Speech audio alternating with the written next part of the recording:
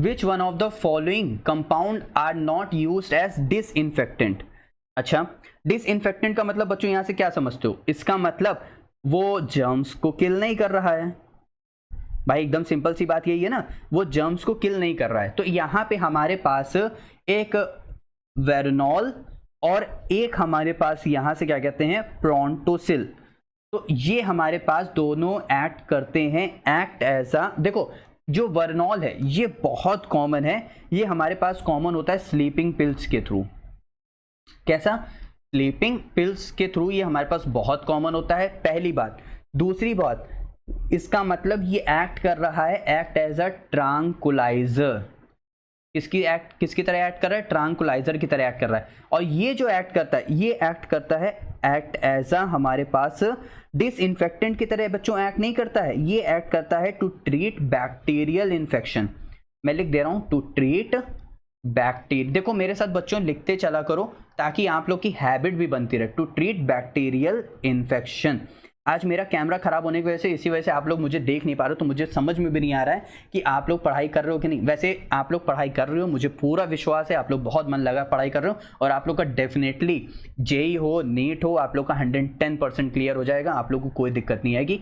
ये मेरी तरफ से हमेशा आप लोग के लिए विश रहेगा कि आप लोग हमेशा बहुत अच्छे से क्लियर करो। कह रहा है विच ऑफ द फॉलोइंग, यहाँ पे ठीक है, कौन डिसइंफेक्टेंट की तरह नहीं है? तो हमारे पास कौन हो गया? वर्नॉल हो गया, प्रोंटोसिल हो गया। देखो यहां पे जो हमारे पास लिखा हुआ है बच्चों, क्या लिखा हुआ है? क्लोरो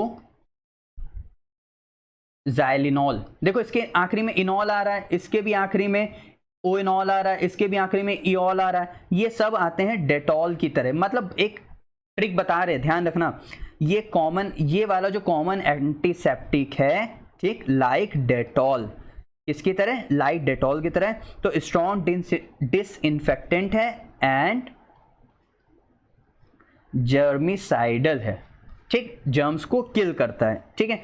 अब ये जो बायोथिनॉल है, ये बायोथिनॉल बच्चों हमेशा क्या होता है? Added in soap. जब कभी भी अपना सोप वाला जो उठा के देखना, उस जो रैपर रहता है उसमें हमेशा लिखा रहेगा, आप लोग ने कभी शायद गौर किया, मैंने तो बहुत बार किया है, added soap for its anti bacterial and anti fungal properties. Anti bacterial और एंटी फंगल प्रॉपर्टीज को यानी यूज एज अ, ये भी डिसइंफेक्टेंट की तरह रहेगा, ठीक है। फिर हमारे पास क्या बच गया? हमारे पास बच गया टर्पिनियोल।